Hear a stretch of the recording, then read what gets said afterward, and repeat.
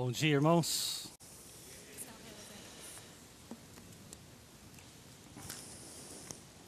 Como foi orado, que Deus nos abençoe por meio da sua palavra e nos ensine, nos console ou nos exorte, né?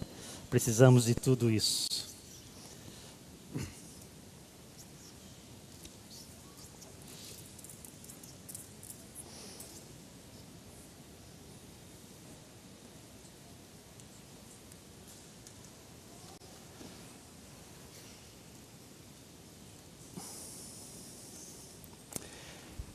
Esse irmão nosso, missionário Dave Furman, ele é um missionário junto com a sua família em Dubai. Um desafio enorme. Ele tem 4 filhos, ele já esteve no Brasil junto com a sua esposa. Sua esposa tem vários livros, um ministério bem frutífero. Já o Dave, ele tem um desafio muito grande na sua vida pessoal. Ele tem sofrido e lutado com uma doença há mais de 10 anos. Uma doença que atacou os nervos dos seus 2 braços. E no seu testemunho ele diz que as dores são intensas, dores crônicas, dores muito fortes, que tiram todas as forças do braço. Que ele, às vezes, ele não consegue nem sequer abrir a porta do carro. E nesses 10 anos ele já nem dirige um carro. Ele diz que passou por várias cirurgias, centenas de horas de fisioterapia, muito medicamento e nenhum resultado, além de orações. Ele conta que isso, além de trazer sofrimento físico, traz sofrimento emocional, e ele, no começo da sua doença, ele afundou na depressão. Foi muito duro. Ele tem 4 filhos, uma escadinha, e ele fala que nunca pôde carregar um dos seus filhos no braço, no colo, porque ele não tem força nos braços. Então você imagina o drama. Ele fala, não só eu sofro, como eu faço a minha família sofrer, a minha esposa, que tudo, eu não posso ajudá-la em nada. É ela que dirige, ela que faz tudo em casa. Então é uma situação complicada, além de dores constantes. Ele conta que isso gerou várias situações constrangedoras, como por exemplo, ele e a esposa estavam na casa de uma família, jantando, e ele foi ao banheiro, e na hora de sair do banheiro, ele não conseguia abrir a porta do banheiro, porque não tinha força para girar a maçaneta.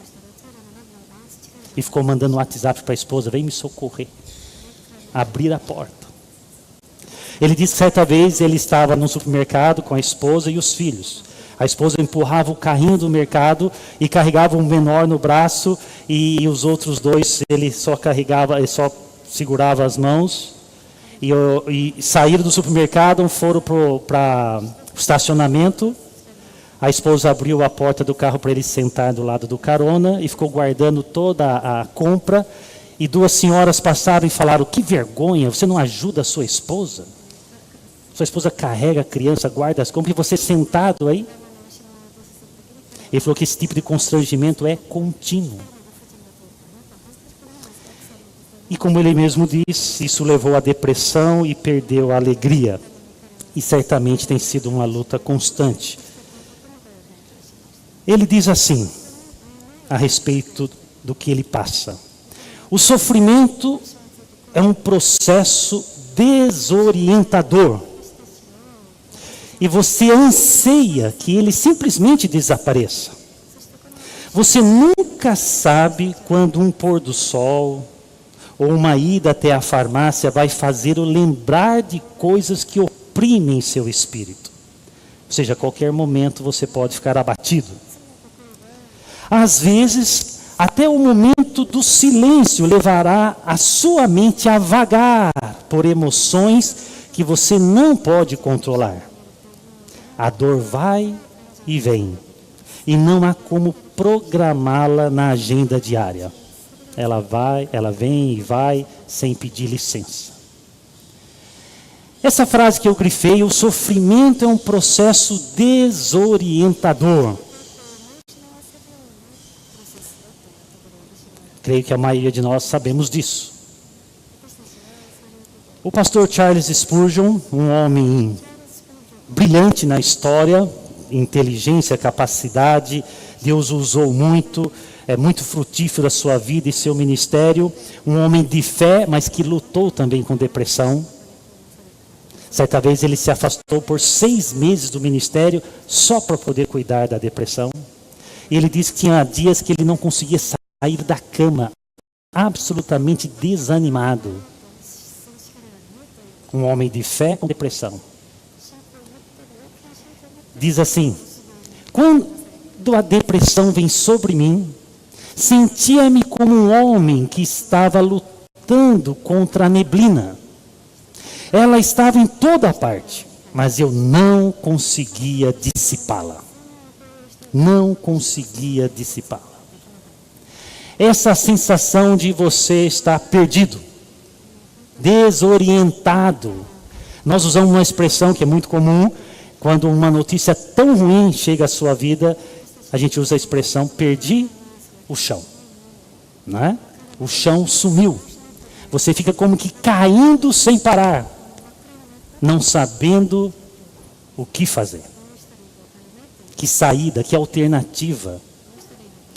É quando chega a notícia de um ente querido que morreu, vai ao médico e volta absolutamente desanimado por uma notícia terrível. É maligno, é câncer. É o desemprego. E tantas notícias que batem à nossa porta. Por isso o tema da nossa manhã é esse. O que fazer quando não sabemos o que fazer? Desorientação no meio da adversidade. Quando o chão some dos nossos pés. Alguns ficam mas tão desorientados que cai e não consegue se levantar mais. Alguns levam anos para se levantar, que é o caso terrível do desânimo profundo, da depressão. E alguns chegam a situações absolutamente radicais, como tirar a própria vida. O que fazer quando não se sabe o que fazer? Abra sua Bíblia comigo e nós estamos continuando a terceira mensagem na sequência em Tiago capítulo 1. Então abra sua Bíblia em Tiago capítulo 1. Tiago está nos orientando seus leitores originais e também a todos nós através da palavra inspirada. Tiago capítulo 1, os versículos até o versículo 5, especialmente 2 a 5. Então nós já meditamos 2 mensagens sobre essa porção. Então vamos ler, acompanhem comigo. Tiago diz assim: meus irmãos, versículo 2, considerem motivo de grande alegria o fato de passarem por diversas provações. Pois vocês sabem que a prova da sua fé produz perseverança. E a perseverança deve ter ação completa, a fim de que vocês sejam maduros e íntegros, sem lhes faltar coisa alguma. E o versículo 5, nesse contexto de provações, se algum de vocês, diz ele, tem falta de sabedoria, peça a Deus, que a todos dá livremente, de boa vontade lhe será concedida. Então, nesses primeiros versículos, Tiago está animando os seus leitores, exortando os seus leitores, porque tudo indica que o contexto dessa carta, por causa do versículo 1, quando ele fala, Tiago, servo de Deus e do Senhor Jesus Cristo, às 12 tribos dispersas entre as nações. Aqui então tudo indica que são judeus cristãos, que creem em Cristo. E possivelmente a perseguição que surgiu com a morte de Estevão, lá em Atos, capítulo 7, capítulo 8, a morte de Estevão, e diz lá em Atos que todos os cristãos de Jerusalém fugiram. Deixaram suas casas, deixaram a escola dos filhos, deixaram seus empregos e se espalharam pelo Império Romano. Toda a crise de deixar para trás a sua terra. O que tem sido muito comum hoje em dia, deixar a sua terra. Por causa de perseguição, guerras e etc.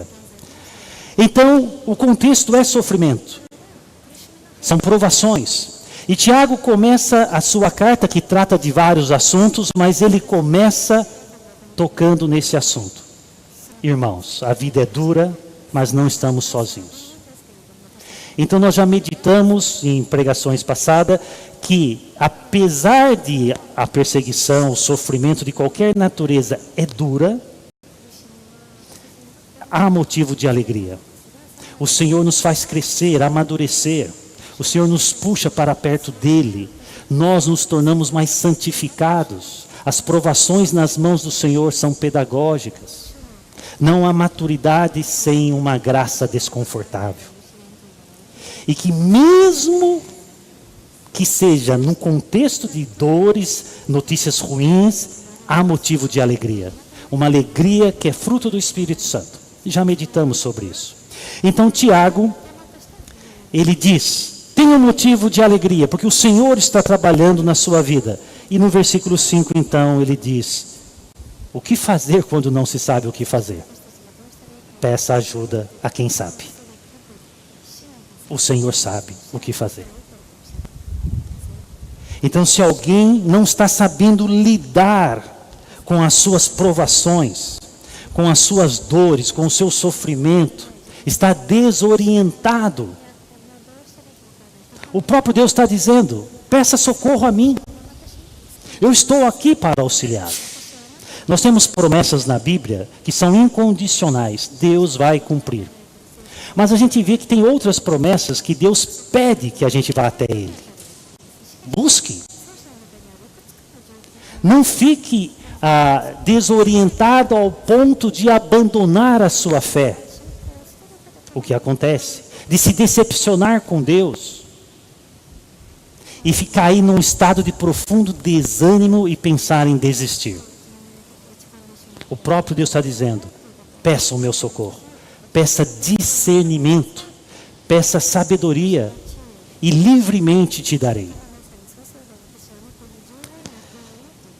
Junto com essa verdade de Tiago, nós podemos usar alguns textos que comunicam a mesma verdade. Olha que promessa de 1 de Pedro capítulo 5, 7.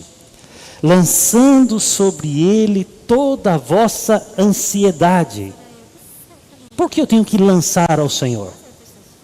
Porque Ele se importa. Porque Ele cuida da sua igreja, do seu corpo, dos seus filhos. É uma promessa. Busquem auxílio em mim. Peça discernimento. Peça forças. Olha que promessa gloriosa de Filipenses. Paulo está preso quando escreveu isso. Não andeis ansiosos por coisa alguma. Antes, em tudo, sejam os vossos pedidos conhecidos diante de Deus. Pela oração e súplica com ações de graças. Olha o resultado. E a paz de Deus, que excede todo entendimento, vai guardar os seus corações e os vossos pensamentos em Cristo Jesus. Não é uma promessa gloriosa? No meio de um contexto onde a ansiedade vai surgir, e é muito fácil isso, e a ansiedade domina esse século, o próprio Deus está dizendo: lancem sobre mim. Eu estou aqui. Coloque toda a sua ansiedade aos meus pés. E eu vou dar uma paz, e eu vou te dar paz no seu coração, paz nos seus pensamentos, paz na sua mente. E ainda mais, essa promessa de Hebreus, capítulo 4. Nosso sumo sacerdote, que é Jesus Cristo, ele entende todas nossas fraquezas. pois enfrentou as mesmas tentações que nós, mas nunca pecou. Assim aproximemo-nos com toda a confiança do trono da graça, onde receberemos misericórdia e encontraremos graça para nos ajudar quando for preciso. O próprio Deus está dizendo, estou aqui. Em vez de se afundar no meio de uma depressão, desânimo, vem até mim. Irmãos, é melhor dizer que Deus não existe do que dizer que Deus é infiel. Do que dizer que Deus é infiel. Essas são suas promessas. Ele é o auxílio sempre presente. Ou abandonamos a fé e as escrituras, ou realmente, se buscarmos essa verdade, encontraremos. Porque Deus não é homem para mentir. Então há uma proporção sim, entre as nossas angústias, ansiedade e o quanto nós buscamos o Senhor. É uma questão sim de buscar ao Senhor, confiar na sua palavra, dobrar os joelhos e clamar ao seu nome. Certamente, você precisa fazer isso para ter o resultado disso.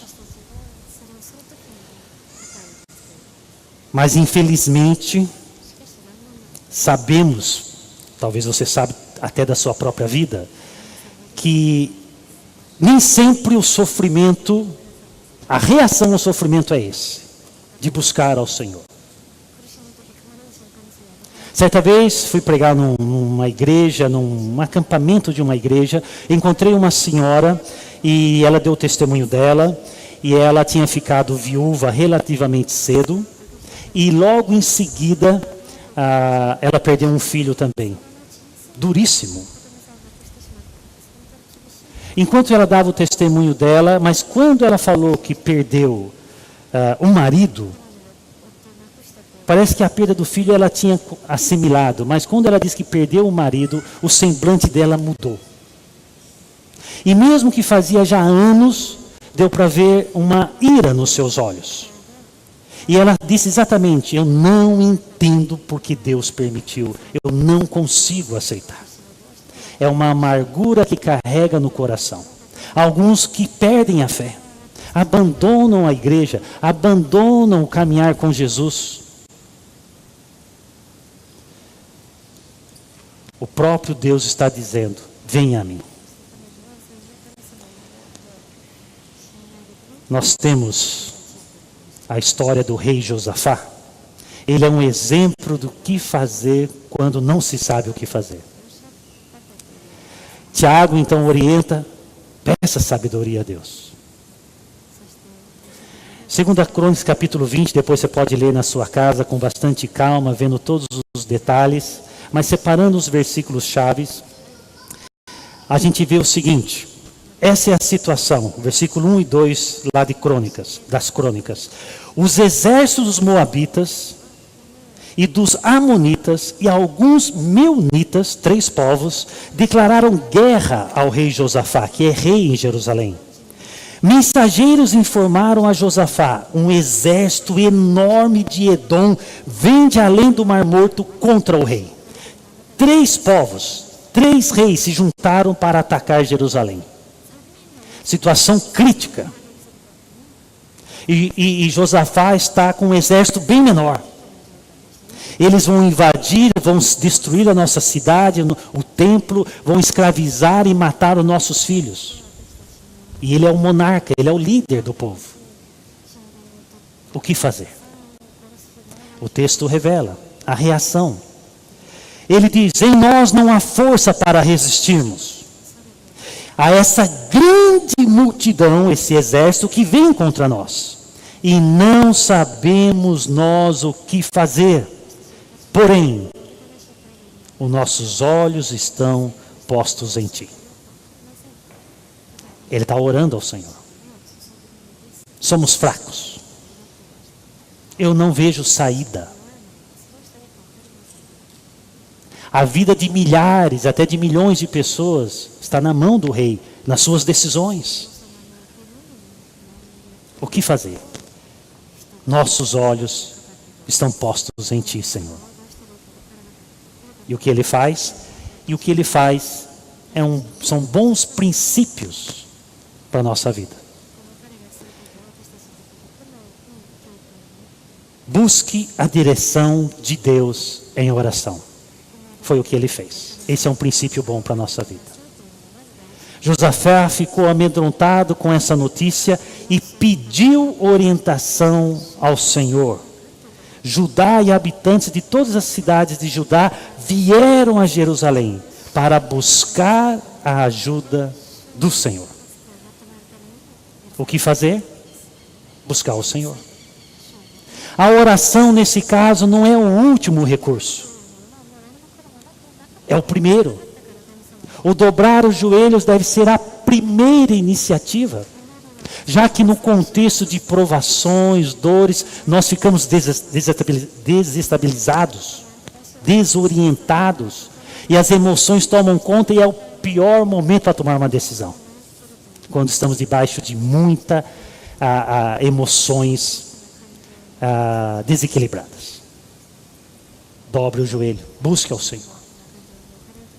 Esse é um princípio. Um outro princípio que podemos aprender: confie e descanse na soberania de Deus.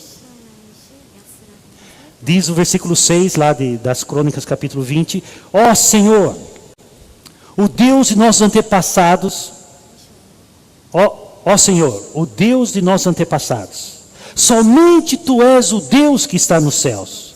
Tu governas todos os reinos da terra. És forte e poderoso e ninguém pode resistir a Ti. Inclusive esses 3 exércitos, o Senhor é soberano sobre eles. A soberania de Deus é um descanso para a alma aflita. Eu tenho tudo para ficar desesperado. O céu nunca fica desesperado. E quando confiamos num Deus que nunca perde o controle, que sempre tem uma saída para todas as coisas, a confiança, que é fé, a confiança gera paz, gera tranquilidade. Você consegue dormir. O dobrar os joelhos, muitas vezes tem um poder maior do que um remédio.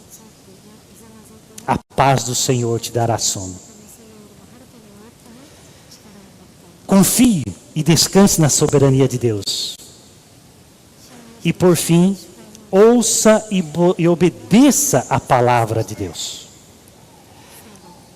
Diz o versículo, então, um resumo: assim diz o Senhor. Então o Senhor fala com ele: não tenham medo, não fiquem desanimados por causa desse exército imenso, pois a batalha não é sua, mas de Deus. Ele está com vocês, povo de Judá e de Jerusalém. Não tenham medo nem desanimem. Então um profeta, Deus levanta um profeta que leva essa mensagem do Senhor. E aí toda a história mostra que eles obedeceram ao Senhor, creram na palavra do Senhor e fizeram tudo o que o Senhor mandou fazer. E eles foram abençoados. Eu e você não encontraremos também o auxílio se não obedecermos a palavra do Senhor. Se não confiarmos nas resoluções que o Senhor dá. Porque na confiança há obediência. Então, no meio de toda a situação de crítica que você passa, é necessário buscar e obedecer a palavra do Senhor. Porque isso também é um perigo terrível. Porque num desespero, às vezes, de resolver os problemas, assimilamos, buscamos, concordamos e praticamos sabedoria humana, que muitas vezes é oposta à sabedoria divina. Como eu conheci uma pessoa que tinha um problema tão sério no joelho e era esportista, ele não achava soluções na medicina, e mesmo ele, sendo cristão, no seu desespero, ele foi a um centro espírita para fazer uma cura espiritual do seu joelho. O desespero leva a essas medidas loucas. Precisa-se obedecer à palavra do Senhor. Senão não funciona. Na verdade, vai até piorar a situação. Então, esses são alguns princípios. Tiago, nos primeiros versículos da sua carta, ele pede que busquemos ao Senhor, mas não mostra como o Senhor dá essa sabedoria. Mas ele fala, busque ao Senhor, Ele vai dar. Até porque nós passamos por problemas específicos. Então é entre você, o Senhor e a sua palavra. Mas esses são princípios que se encaixam para toda a situação. Buscar ao Senhor, orar a Ele, confiar na sua soberania e obedecer a sua palavra. São princípios que se encaixam em toda e qualquer situação. O que fazer quando não se sabe o que fazer? Está aqui.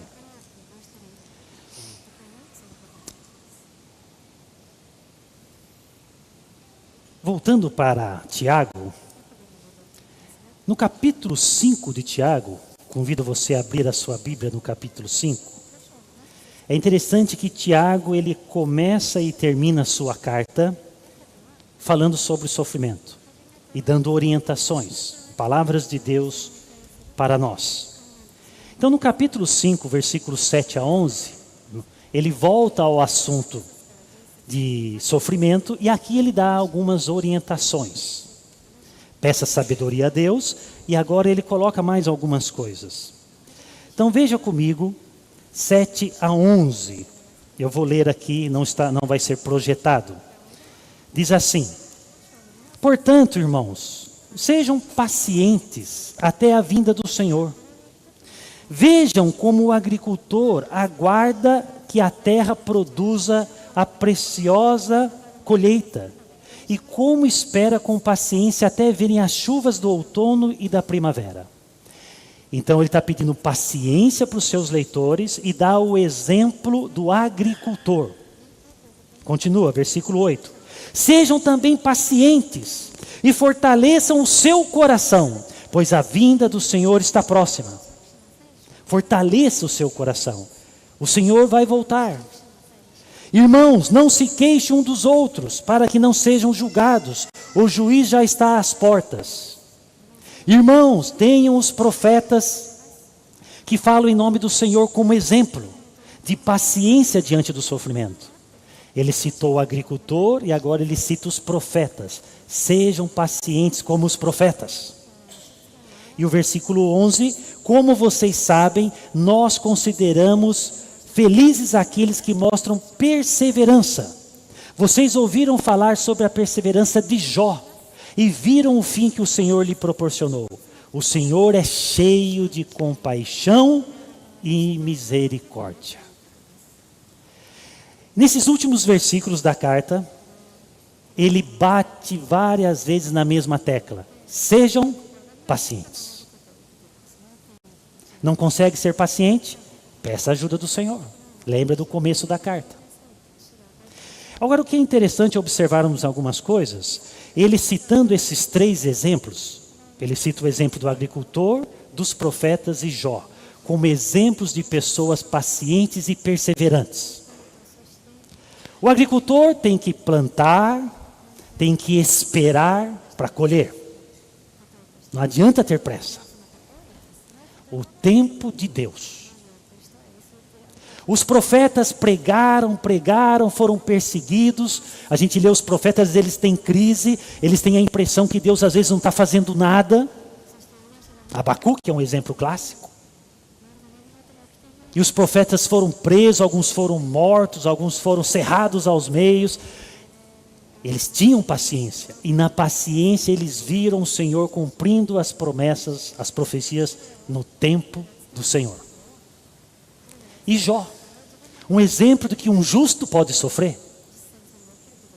E Jó passou por toda a sua crise terrível, de perder família, saúde, bens. E tem toda a crise narrada no seu livro. E lá no final ele vê a mão do Senhor. O tempo do Senhor. Entre o plantar e o colher tem a espera. E nessa espera é que vem a ansiedade. É nessa espera que pode vir a ansiedade, que pode vir o desânimo. Por isso que Tiago então fala, paciência. Descanse na soberania.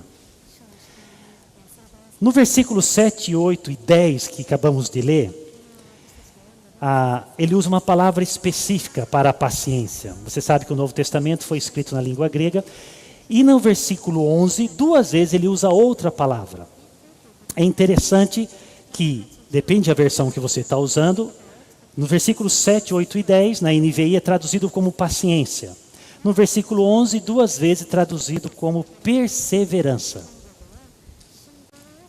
São 2 palavras diferentes, mas elas são sinônimas, com o mesmo significado. Um exemplo.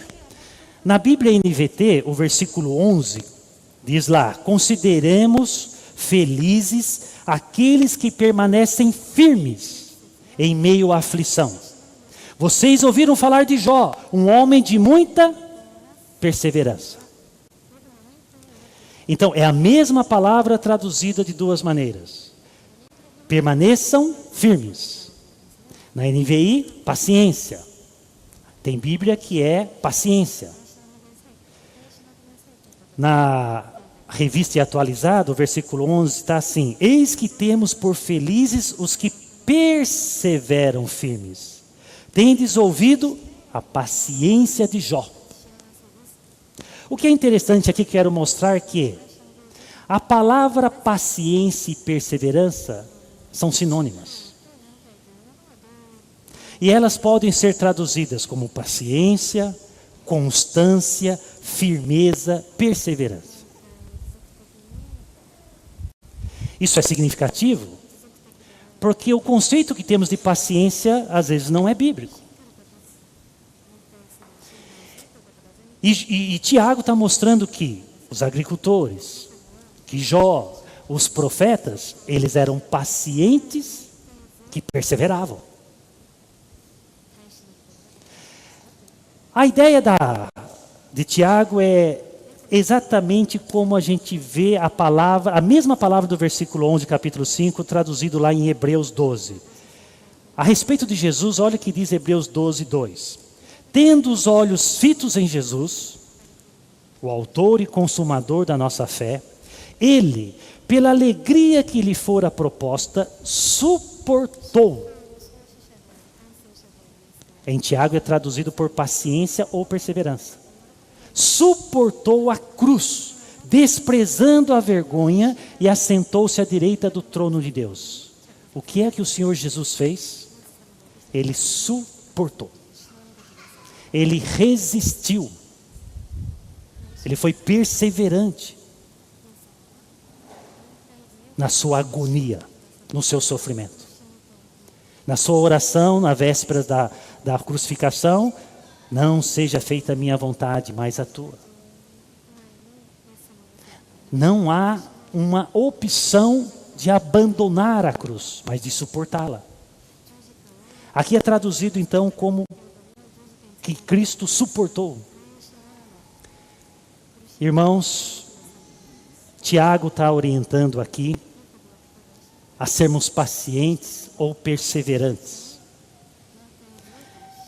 Paciência bíblica é diferente do conceito popular. Não é aquela ideia de aceitação passiva, mas a paciência bíblica é ativa, transmite o conceito da perseverança positiva. Não é ficar num canto, sentar ou ficar de cama e falar, é paciência, a vida é si mesmo, e murmurar e reclamar, e inclusive Tiago fala disso, reclamar dos outros, né? Tiago falou isso aqui, né? De não ficar queixando-se um dos outros, mas seja paciente, não botar culpa nos outros. Então a ideia não é essa. A ideia é perseverança. Uma paciência ativa. que não fica no canto da sala, de cama, murmurando que o mundo é injusto, que todo mundo é injusto. É como faz o comentário o pastor e escritor Tim Keller: paciência é um amor que resiste ao longo percurso.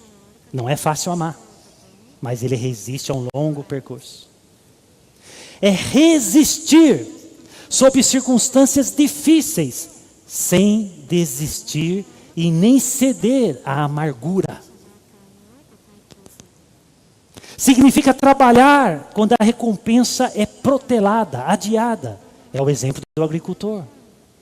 É aceitar que o que a vida oferecer, mesmo que seja sofrimento, sem revidar, sem botar culpa nos outros, sem acusar, sem se revoltar. Essa é a paciência que Tiago está nos ensinando. Por isso que ele repete diversas vezes nos últimos versículos. Temos lutas? Temos. É difícil? Sem dúvida. Sejam pacientes. O Senhor vai agir. Você vai colher a providência de Deus na sua vida.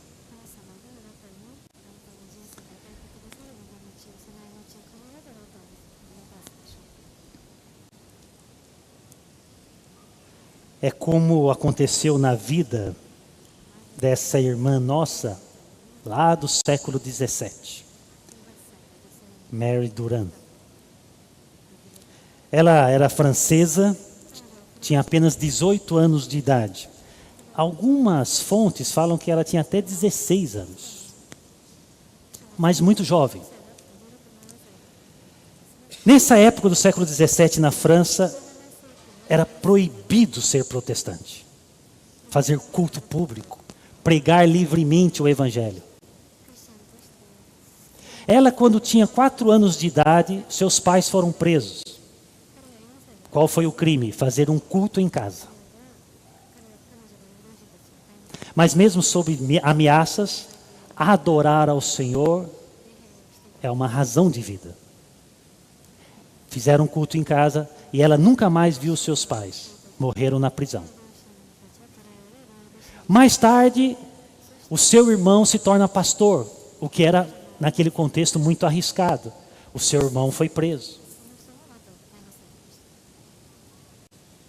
Ela se casa aos 18 anos e fez um culto no seu casamento. Casamento e cristão é culto.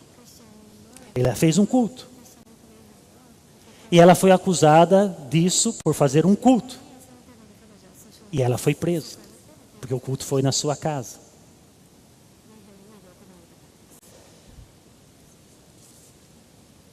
E ela, com apenas 18 anos, ficou numa cela com mais 20 outras mulheres.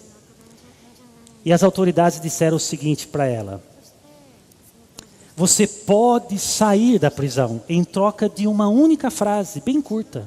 É só você dizer: eu renuncio. Renuncie à fé. Renuncie em Cristo. Você só tem 18 anos, você tem sonhos para viver. Basta você falar isso, você pode ir para casa e sair dessa cela degradante.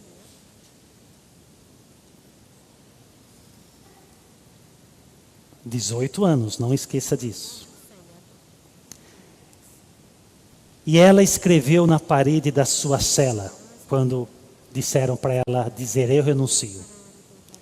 Ela se voltou, foi até a parede da cela e ali ela escreveu: eu resisto.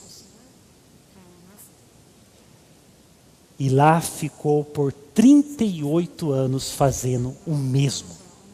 Eu resisto. Exemplo de fé. Ela ficou 38 anos presa.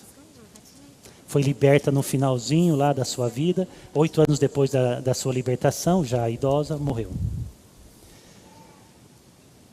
De onde vem isso? De convicções, de fé, de convicções de quem é Cristo, do valor da fé em Cristo na vida, que está acima do conforto, que está acima da liberdade, que está acima da própria vida. Cristo não é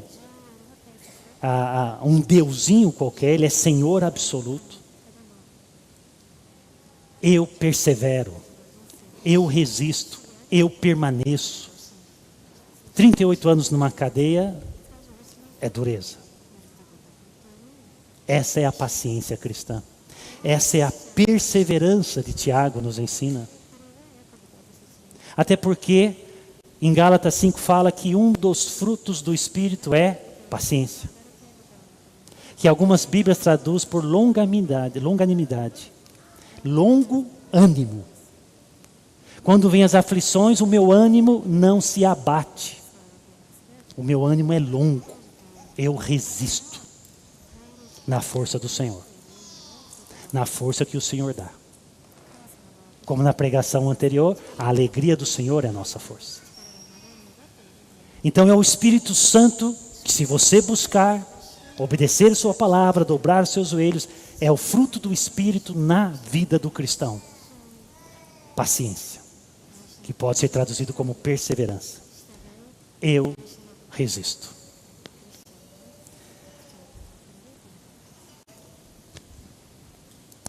O apóstolo Paulo, que soube muito bem o que é sofrimento na sua vida pessoal, ele diz lá em 2 Coríntios capítulo 4, de todos os lados somos pressionados, mas não desanimamos. Ficamos perplexos, mas não desesperados. Somos perseguidos, mas não abandonados. Abatidos, mas não destruídos. Por isso, não desanimamos. Embora exteriormente estejamos a desgastar-nos, interiormente estamos sendo renovados dia após dia. Não desanimamos. A palavra de Deus, ela se complementa. O melhor comentário da Bíblia é a própria Bíblia. Essa é a paciência que Deus nos dá. É a perseverança. É o resistir.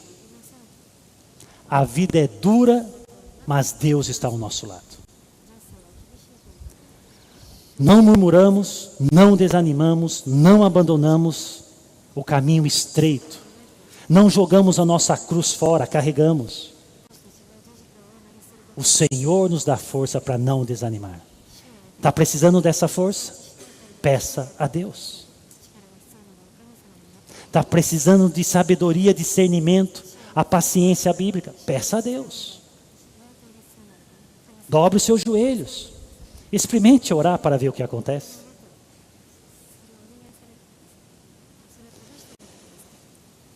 Porque o desânimo é muito comum no contexto de sofrimento físico, emocional, psicológico. Quando aceitamos, porque Deus é soberano, quando aceitamos todas as dificuldades das mãos do nosso Pai Celestial, crescemos em maturidade e contentamento. É o que Tiago fala no capítulo 1. Nós não podemos escolher se queremos enfrentar dificuldades ou não. Mas podemos escolher glorificar a Deus em contentamento ou desonrá-lo em amargura. Eu já usei esse comentário na pregação anterior. Nós não podemos escolher se vamos ter dificuldade, porque não depende só de nós. Mas podemos escolher como enfrentaremos a dificuldade. Na dependência do Senhor, segundo a palavra do Senhor, confiando na sua soberania, sempre obedecendo às Escrituras. É uma escolha. Sempre é uma escolha. Nós temos muitas outras promessas, como por exemplo, não vem tentação sobre nós, além do que podemos suportar. O Senhor nos dá o auxílio, o livramento. O próprio Deus, não consigo. O próprio Deus assegura que toda aprovação, Ele dá condições. para suportar. Foi a escolha desse pastor, irmão nosso. Esse pastor falecido, ele também foi escritor, um pastor inglês. Esse homem teve um ministério frutífero, Deus o usou na sua igreja, Deus o usou nos livros que ele escreveu. E vamos dizer assim, no momento mais frutífero do seu ministério, no auge do seu ministério, dando frutos, pregando bastante, sendo convidado, etc., ele descobriu uma doença gravíssima, uma atrofia muscular progressiva, que é o mesmo que dizer que você vai morrer lentamente. Lentamente. Os músculos vão sendo atrofiados, até que alcança o coração. E certamente muita crise, muita dificuldade, muita luta no coração, e é uma luta da fé. Mas ele tomou uma decisão. Você pode escolher desonrar a Deus em murmurações, botando culpa no mundo, em todo mundo, ou honrar a Deus. E honrar a Deus significa confiar em Deus. E ele tomou as seguintes decisões no meio da sua crise, que lentamente ele foi perdendo todo o movimento do corpo. E, ironicamente, uma das primeiras coisas que ele perdeu foi a voz. Como pastor, isso é grave. Suas decisões: nunca me queixarei. Foi uma decisão que ele tomou. Não vou me queixar. Até porque se queixar, reclamar, murmurar é proporcional à confiança no Senhor. Nunca me queixarei. Segunda decisão: manterei alegre o lar com sua esposa e seus filhos. Não vou aumentar a pressão sobre minha família. Porque quando alguém da família sofre, todos sofrem. Mas eu não vou deixar que a tristeza domine a minha família. Terceira decisão: contarei as minhas bênçãos. Por maior que seja a crise e o sofrimento, você terá todas as condições de ver diariamente as bênçãos do Senhor. Só tem um lugar que não tem bênção, é o inferno. E o inferno não é aqui. Podemos olhar ao nosso lado e ver, sempre haverá graça e bênção do Senhor, sempre. Nem que seja alguém levando um copo d'água a você que está acamado. Isso é bênção. E a sua quarta decisão é: procurarei a minha doença, a minha crise, transformá-la em vitória. É o que Tiago também ensina. Colocar seus problemas nas mãos de Deus para que as suas provações possam gerar perseverança, possa gerar maturidade, integridade e até alegria. Tudo pode piorar, irmãos, mas tudo pode ser enfrentado de maneira que a palavra do Senhor nos orienta. E isso resulta até mesmo alegria. Essa é uma decisão. O que fazer quando não sabe o que fazer? Tomar decisões acertadas? Sem dúvida. Buscar ao Senhor. Confiar na sua soberania. E obedecer a sua palavra. E ele manteve-se ocupado, mesmo progressivamente piorando, ele continuou trabalhando dentro do possível. E ele escreveu um livro com apenas 2 dedos, porque ele tinha perdido o movimento do corpo e das mãos. Com 2 dedos ele escreveu o seu livro. E quando ficou pronto, pouco tempo depois, ele faleceu. Irmãos, para a gente ir caminhando para a conclusão,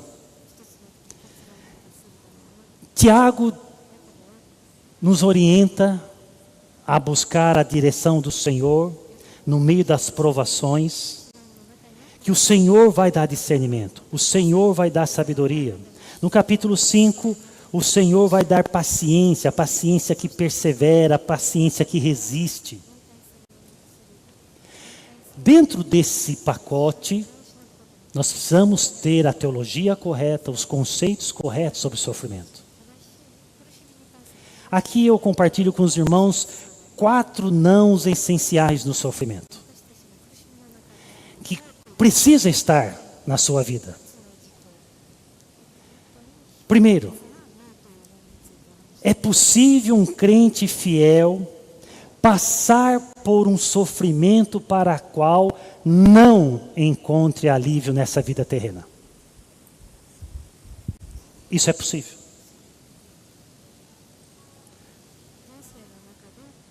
Tem sofrimentos que eles são irreversíveis, a não ser que o Senhor queira fazer um milagre. E milagre não acontece todo dia. Pessoas desesperadas procuram teologias em certas pseudo-igrejas, onde promete cura todos os dias, e saem de lá frustradas porque não é verdade. Tem sofrimentos que vamos carregar até o final da nossa vida terrena. É uma cadeira de roda, é um problema físico severo, pode ser até uma situação do coração que você luta com aquele pecado por anos e vai lutando. É uma circunstância dentro da família. Essa é uma verdade. Tempos atrás eu estava lá na minha cidade, Botucatu, estava na igreja lá, e eu conheci um cadeirante. E ele começou a dar o testemunho dele, como ele se tornou cadeirante.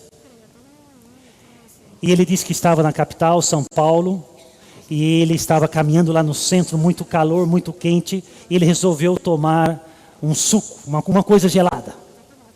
E no centro de São Paulo tinha uma infinidade de bares, lanchonetes, ele olhou em um e entrou, e quando entrou pediu algo para beber gelado, sentou ali, e quando ele estava bebendo para se refrescar daquele calor, alguém entrou naquela lanchonete atirando.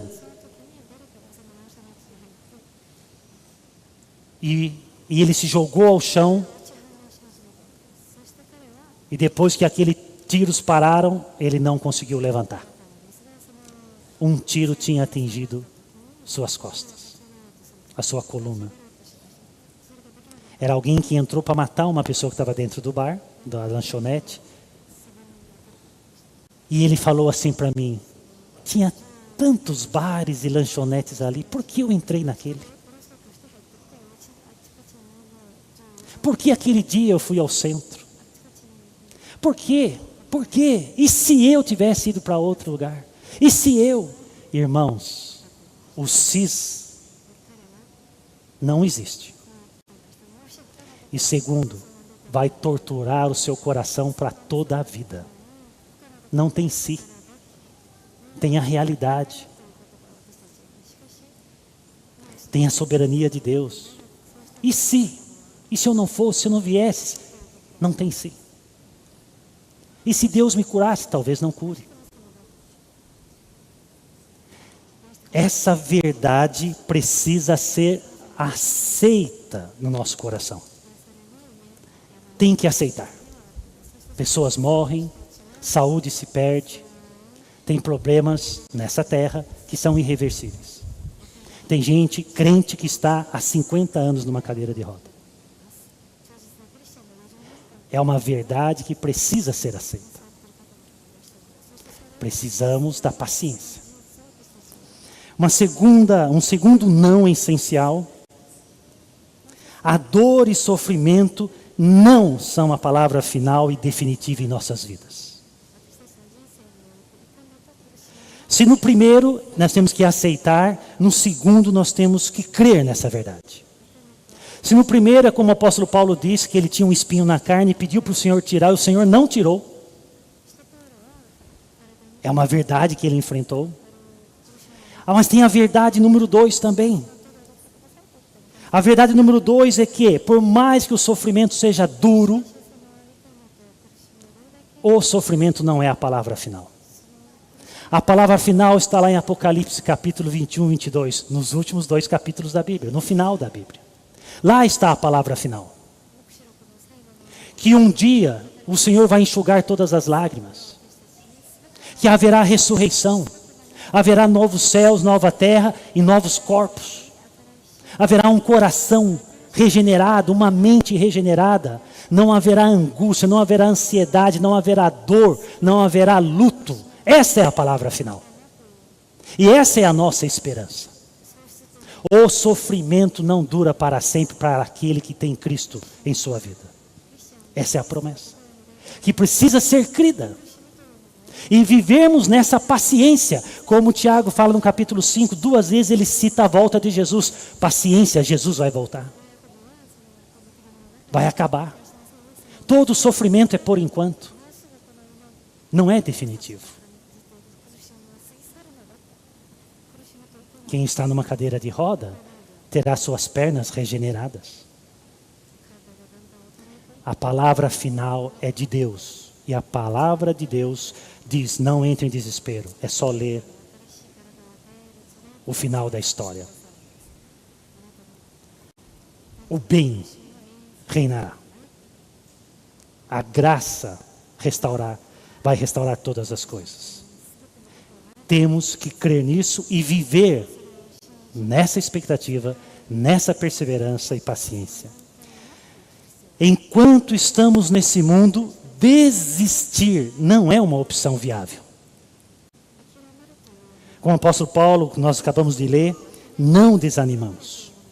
Desistir não é uma opção. Essa verdade precisa ser buscada, né? A primeira verdade tem que ser aceita, a segunda tem que ser crida, e essa terceira verdade tem que ser vivida. Temos que entender que ficar jogado numa cama não é uma opção. Ficar murmurando não é uma opção.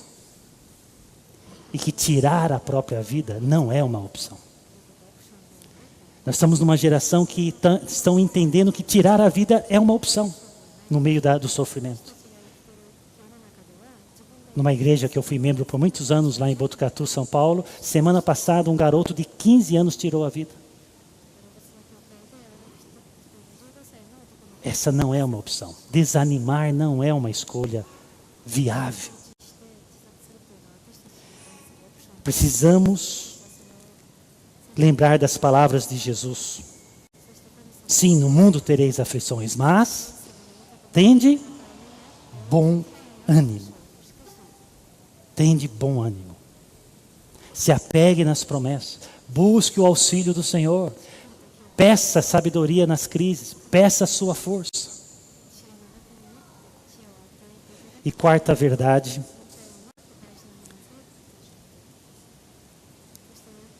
Cada um de nós não precisa passar pelo sofrimento sozinho. Não precisa. Além das promessas do Senhor, a sua palavra e a oração, Ele nos deu a sua igreja. Às vezes a igreja tem mais importância do que a própria família. E verdades para a igreja de Cristo é levai as cargas um dos outros. Se a igreja não faz isso, ela não está sendo uma família da fé. Isso é um texto para todos nós, não é só para a liderança, é para todos. Levai as cargas um dos outros. Nós temos essa verdade, isso foi dito para a igreja da Galácia. A verdade dita para a igreja de Roma, chorar com os que choram. É para a igreja. A verdade que foi dita para a igreja de Colossenses, suportai-vos uns aos outros. Que literalmente é dar suporte à ideia, vamos manter em pé uns aos outros. Manter-se ereto. Vamos ajudar os caídos e deixar ele em pé. Essa é a ideia de dar suporte. Aqui nós podemos aprender de dois modos. Seja humilde e busque auxílio no outro, no corpo de Cristo. Quando um membro sofre, todos devem sofrer. Senão não é corpo. Senão não é corpo. Como diz uma frase, a igreja precisa ser menos tribunal e mais hospital. Um lugar onde há menos julgamentos e um lugar onde há mais cura. Todos somos pecadores, precisamos de cura, precisamos de apoio. Então, eu tenho que buscar, ser humilde e buscar. Não guarde para si, não carregue sozinho. Se aproxime de alguém do corpo de Cristo. Mas por outro lado, os versículos estão no imperativo. Fala, levai, chorai, suportai. É para termos uma iniciativa. Vá até o seu irmão. Se a igreja for só sentar aqui e cantar e ir embora, tem pouco valor. Talvez ao do seu lado agora, nesse banco aí, nessas cadeiras, tem alguém precisando muito do seu auxílio. Você falar, vamos carregar o fardo juntos. Vamos orar juntos. O que eu posso fazer? 100% de nós precisamos disso. Há momentos maiores e momentos menores de crise, mas 100%. Por isso que a igreja é chamada de corpo.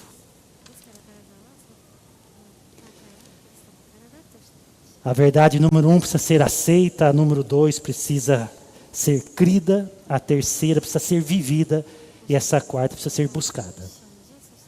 Busquemos chorar com os que choram e levar as cargas uns dos outros.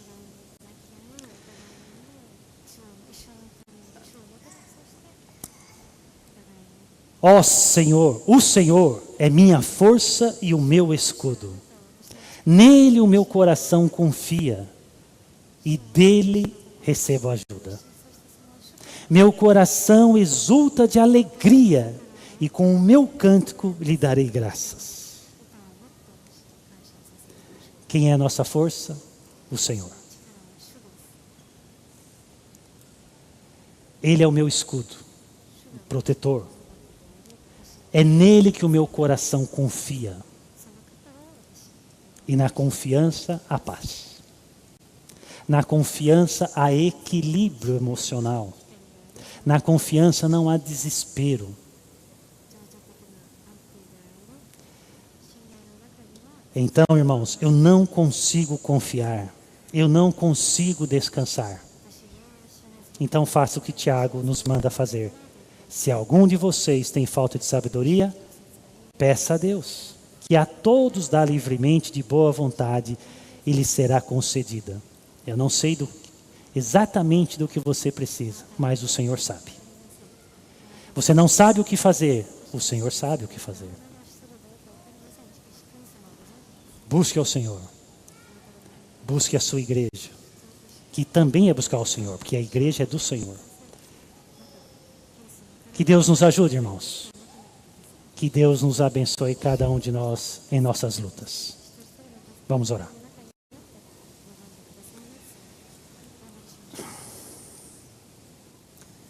Senhor, gratidão por tua palavra.